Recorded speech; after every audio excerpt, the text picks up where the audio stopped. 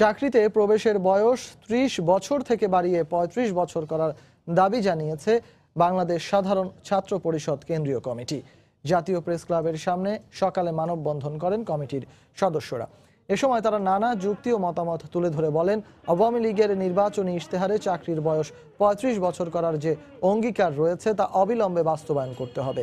এছাড়া দেশের বেকারত্ব দূর করতে এর কোনো বিকল্প নেই বলেও জানান তারা। মানববন্ধনে বাংলাদেশ সাধারণ ছাত্র পরিষদ কেন্দ্রীয় কমিটির সভাপতি ইমতিয়াজ হোসেন ও সাধারণ সম্পাদক এম.এ. আলী বলেন, আগামী মাসে দাবি আদায়ে রাজধানী সহ সারা দেশে বৃহত্তর আন্দোলন গড়ে তোলা হবে।